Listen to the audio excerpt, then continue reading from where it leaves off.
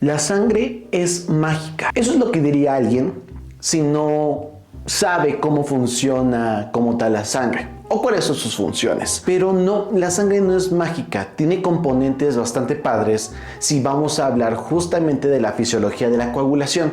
Y sí, porque para que nosotros podamos formar un coágulo necesitamos muchos procesos importantes, incluso un poco complejos, ¿va?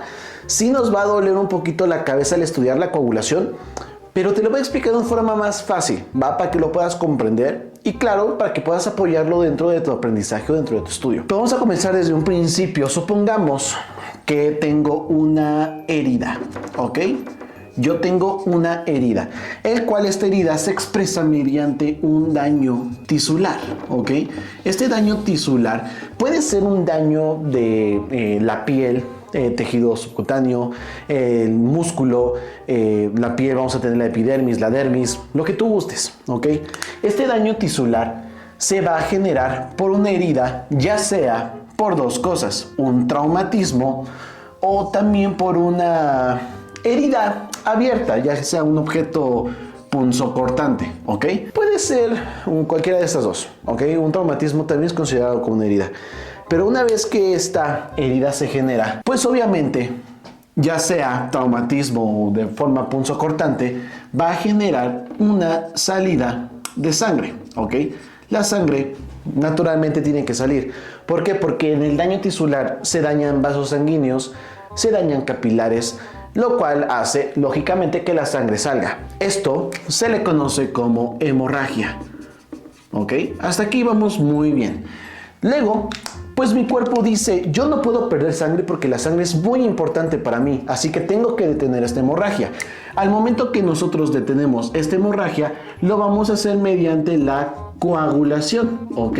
Pero para poder llegar a la coagulación, necesito como tal hacer hemostasia. Muy bien.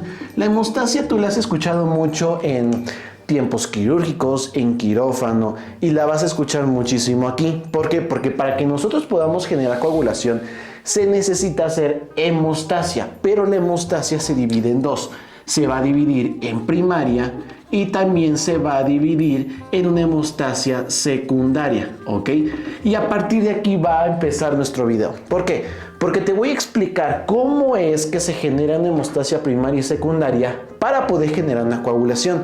Porque es importante que nosotros formemos la coagulación y cómo va a proceder todo esto. Así que pues vamos a comenzar bien con el video. Vamos a empezar directamente desde el principio. Tenemos un daño tisular. Necesito ver con qué borro. Tengo una herida, daño tisular por un objeto punzocortante.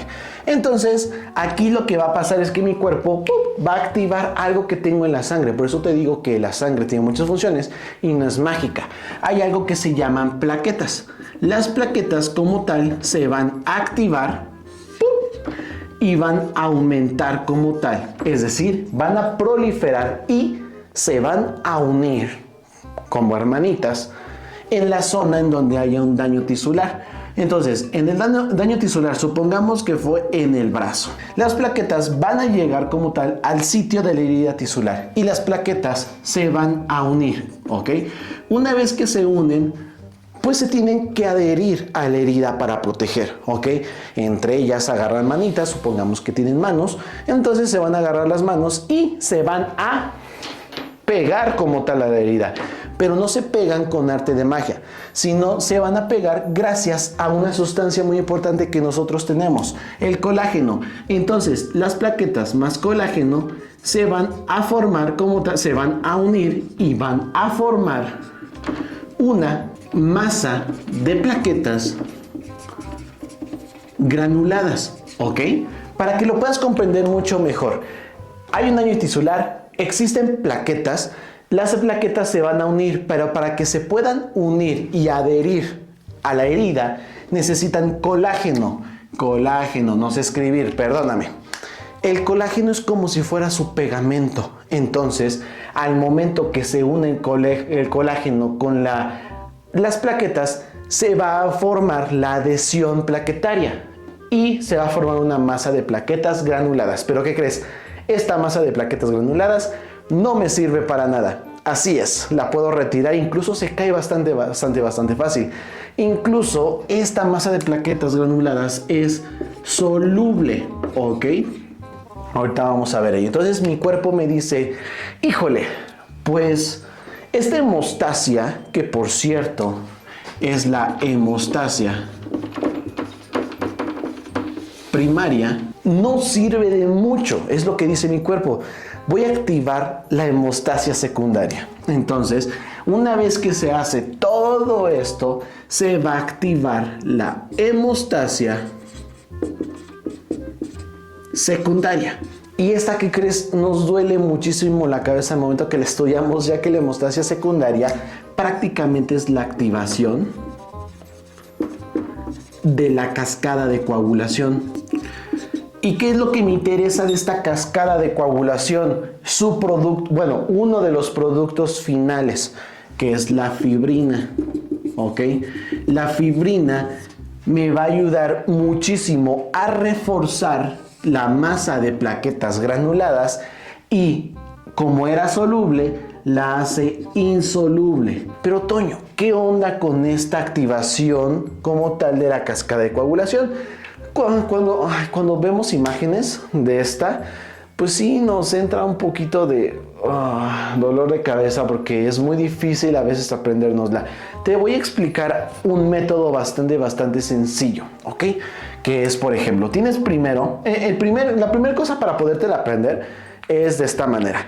La cascada de coagulación se va mediante factores de coagulación. Factores. ¿Por qué se les llama factores? Bueno, porque genera como tal un número romano, ya sea 10, 9, factor 12, por ejemplo, en el cual cada uno de estos tiene el nombre de una sustancia, pero para que te lo puedas aprender mucho mejor, pues lo hacen mediante factores, ¿ok? Entonces vamos a aprender como tal a cómo se manejan todos estos factores. ¿Cómo lo puedes hacer? Bueno, vas a enumerar del 12, luego 11, luego te vas a saltar al 9 y luego al 10. Toño, ¿por qué me enseñas esto de esta manera? Bueno, espérame tantito. 12, 11, 9, 10. El factor 12 me va a generar un factor 12A. Y como es una cascada de coagulación, esto va a generar un factor 11, si se escribe el 11, a un factor 11A. Nuevamente otra cascada de coagulación. Y esto me va a activar un factor 9 a un factor 9A. Y ahora sí, el que me interesa, y de hecho que muchos fármacos actúan aquí, el factor 10. Que esto genera un factor 10 a un factor 10A y esto me va a generar, ahora sí, sustancias que ya son un poquito más conocidas y más fáciles de comprender. El factor 10 me va a generar protrombina, trombina, luego se sigue generando y me va a generar fibrinógeno y luego fibrina. Y la fibrina es uno de los productos finales de la cascada de coagulación. La cascada es que reacción tras reacción genera nuevos productos. Por eso que de factor 12 genera factor 10, genera protrombina, trombina, fibrinógenos y fibrina, que es la que me interesa porque la fibrina va a actuar en la masa de plaquetas granuladas y va a convertirla en una masa insoluble. Es decir, no podría llamarle decir indestructible porque esta cosa pues sí se puede destruir y sobre todo mediante una acción física, es decir, otro daño tisular. Pero para, por ejemplo, sustancias o para poderme ayudar a cicatrizar la herida o el daño tisular durante 21 días, sí me va a aguantar y me va a ayudar muchísimo, ¿ok? Aparte que en el daño tisular, por supuesto, la sangre, ya te dije, no es mágica, pero tampoco es desconocida la función.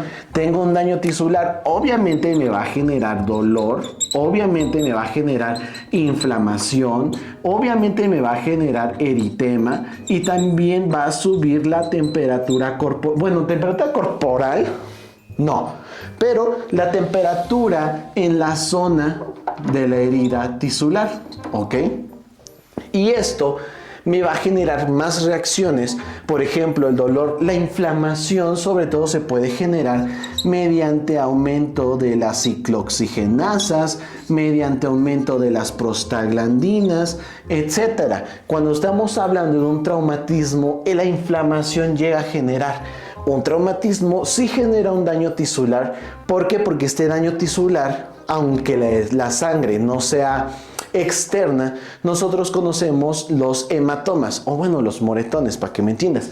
Y todo esto también va a generar factores de coagulación, generándome fibrina, y de esta fibrina ayudándome a tratar el daño tisular anterior. Espero que te haya gustado el video, que te haya servido demasiado. Suscríbete, te dejo un video por acá y ya. Eso es todo. Si quieres que en otro video te explique más sobre esto y todos sus factores y qué es lo que significan, pues te lo traeré, me romperé un poquito la cabeza por ahí, pero te lo voy a traer para que tú lo puedas aprender. Así que pues,